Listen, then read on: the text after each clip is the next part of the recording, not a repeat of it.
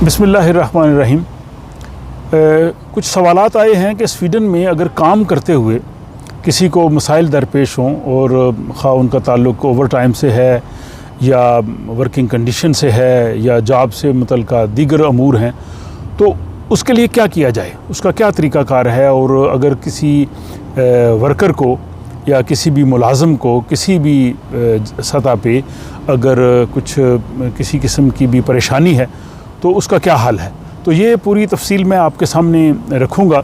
और ख़ा उन मसाइल का ताल्लुक़ आपकी जो है वो वर्किंग कंडीशन से है या आपकी ओवर टाइम सैलरी या आपके दीगर शराइत से है, ताकि आपको ये इल्म हो सके कि स्वीडन में इनके लिए आपके पास क्या तरीक़ाकार है और आपको क्या करना चाहिए। और साथ ही मैं आपको एक सक्सेस स्टोरी से भी जो है वो आगाह कराऊँगा कि जो स्वीडन में एक नौजवान ने यहाँ एक बहुत बड़ी कंपनी है उससे टक्कर ली और वहाँ पे जो काम करने वाले थे उनको लाखों क्राउन की सूरत में ओवर टाइम उनको मुस्तकिल जॉब, बल्कि उन लोगों को मुस्तकिल वीज़ा भी मिला। तो एक बड़ी इंटरेस्टिंग जो है वो स्टोरी है जो इस में शामिल है, तो उसे आप ज़रूर देखिए, जिसको देखने से आपको एक किस्म का ये सारा आगाही हो सकेगी कि अगर किसी के साथ स्वीडन में काम के हवाले से ज़्यादती हो तो उसको क्या करना चाहिए।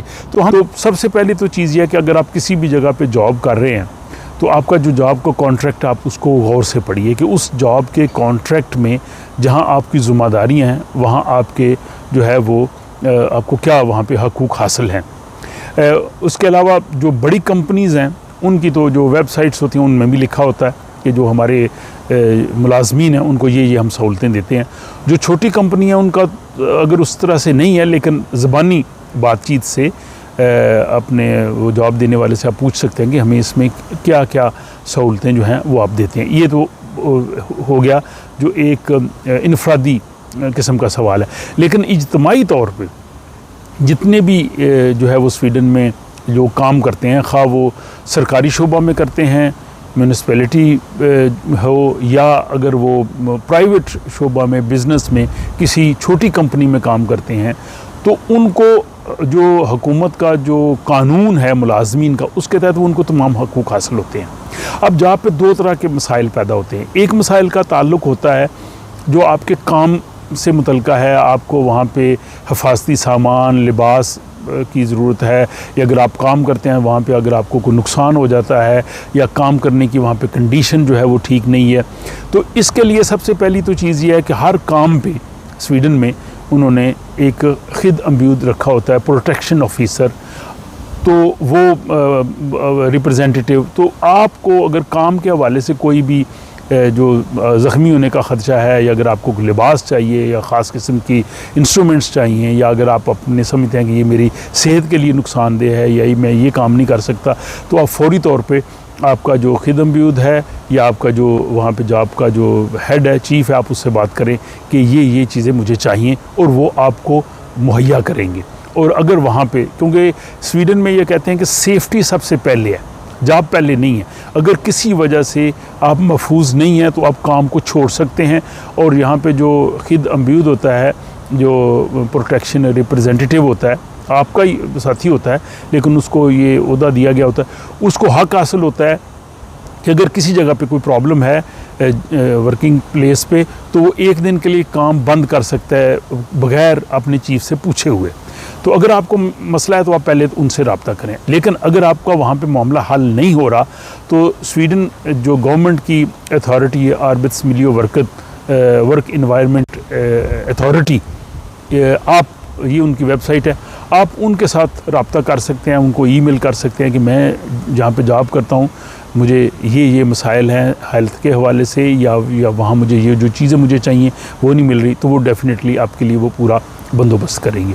ये हो गया आपकी वर्किंग। दूसरा है आपके जो औकात कार हैं, आपकी तनख्वाह है, आपकी जो मराहत है, अगर आप उसमें समझते हैं आपके साथ ज़्यादती हो रही है तो उसके लिए भी तरीक़ाकार मौजूद है। पहली तो चीज़ यह है कि उसके लिए आप अपने वहाँ पे जहाँ भी आप जॉब कर रहे हैं, बड़ी कंपनीज़ हों या इवन छोटी कंपनीज़ भी, तो वहाँ पे यूनियंस होती हैं। तो मेरी आपसे ये मैं आपको तजवीज़ पेश करूँगा कि आप यूनियन के मेंबर ज़रूर बने। यूनियन आपके मफादात का तहफ़्फ़ुज़ करती है पहले भी 1-2 वीडियो में इस बारे में तफसील से बताया है। आप यूनियन का जो आपका नुमाइंदा है, जहाँ पे आप जिस यूनियन का मेंबर हैं, आप उसके नुमाइंदे से बात करें। अगर आपको इल्म नहीं है तो अपनी यूनियन को ईमेल करें कि फ़लाँ जगह पे मैं काम करता हूँ, हमारा कौन सा नुमाइंदा है। वो आपको बताएंगे कि अगर आपके उस जगह पे नहीं है तो शायद आपके साथ किसी और जगह पे ऐसा नुमाइंदा जो आपके उस को भी कवर कर रहा हो, आप उससे बात करें, जी मुझे ये मसाइल हैं, ये चीज़ें हैं, तो आप इनका मुझे हल करके दीजिए। तो वो डेफ़िनेटली हल करेगा। अगर आपको समझते हैं कि तनख्वाह बहुत ही कम है, आप उनसे बात कर सकते हैं। आपको ओवर टाइम नहीं मिल रहा, आपको तनख्वाह प्रॉपर नहीं मिल रही, आपसे काम ज़्यादा लिया जा रहा है, या अगर आपको काम पे किसी किस्म की भी जो है वो डिस्क्रिमिनेशन का सामना है, तो डिस्क्रिमिनेशन के लिए आप खुद अम्बियूद के पास भी जा सकते हैं और यूनियन वाले के पास भी जा सकते हैं कि ये हमारे मसाइल हैं। अगर वो फॉर एग्ज़ाम्पल जो यूनियन का नुमाइंदा है वो आपकी बात नहीं सुनता या आप उसको कायल नहीं कर सकते, तो आप फिर उस यूनियन का जो ऊपर अथॉरिटी है, स्टीरल से है, आप उसके पास जा सकते हैं। आप उनको बता सकते हैं कि ये चीज़ें थी, मैंने इन्हें कहा है, और यहाँ बहुत आसान है, आपने जस्ट सिर्फ ईमेल करनी है या फ़ोन कर सकते हैं। और अगर आपका वहाँ पे अगर मसला भी किसी हद तक सुना नहीं जा रहा, तो यहाँ पे मुख्तलिफ़ अखबारात हैं, ये आरबेता हैं, आरबेतत है, और बहुत से अखबारात हैं, आप उनसे जो है वो रब्ता कर सकते हैं। जब उनके साथ आप रब्ता करेंगे तो वो जब आपकी चीज़ प्रेस में आएगी तो डेफ़िनेटली वो बहुत अच्छी तरह से जो है वो उजागर होगी। और इसमें यह है कि अगर जब भी आपकी मीटिंग होती है यूनियन वाले से, अपनी जॉब का जो आपका चीफ़ है उसके साथ, आप उसका सबूत रखें, ईमेल्स का सबूत रखें। अगर मीटिंग है तो मीटिंग की डेट टाइम आपके पास होना चाहिए ताकि आप प्रूव कर सकें। आपके पास ज़बानी कलामी चीज़ नहीं है।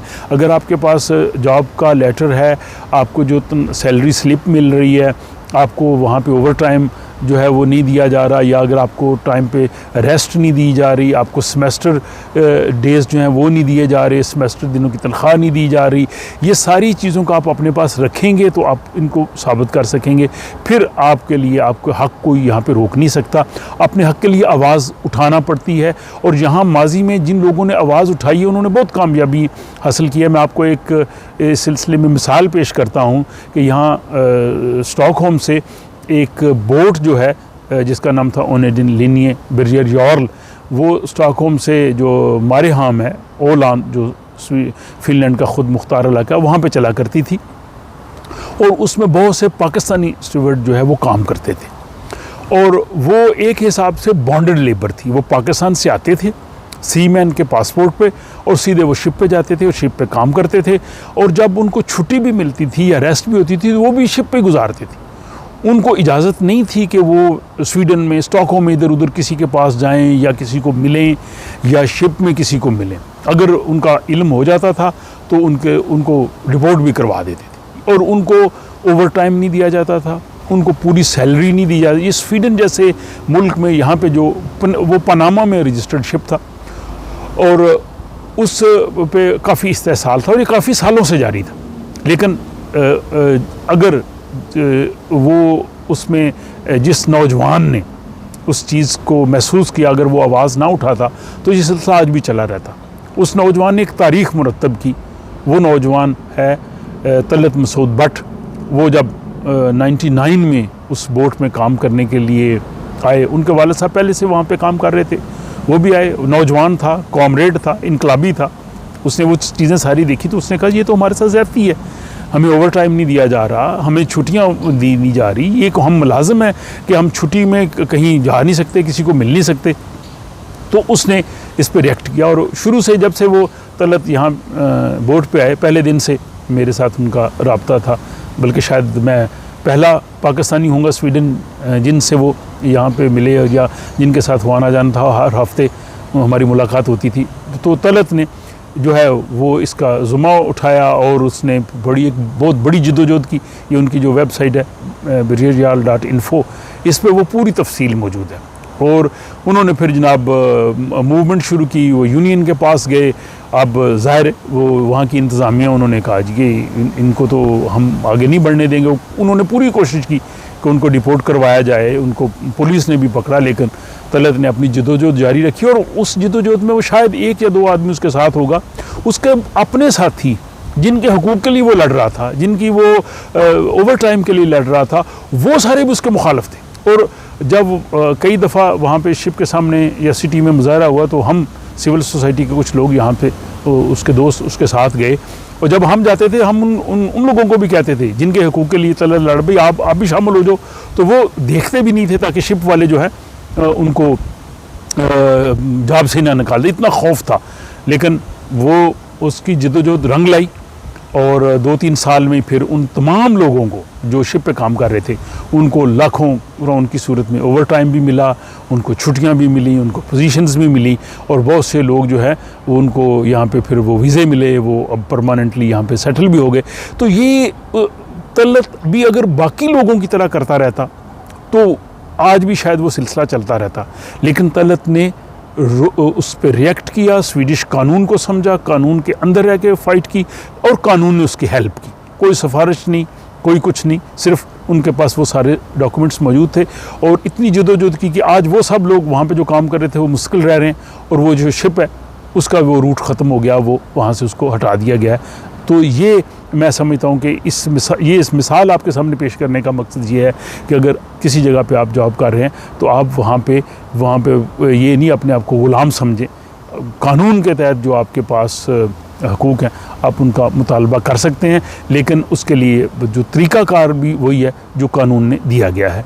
तो ये मेरा ख्याल इन्फॉर्मेशन बहुत से लोग जो चाह रहे थे उनके लिए फ़ायदेमंद होंगी, और इनको अगर आप समझते हैं कि ये दूसरे लोग भी इनसे आगाह हो सकते हैं तो आप उनसे भी इसे शेयर कर सकते हैं। और मुझे इजाज़त दीजिए, खुदा हाफ़िज़।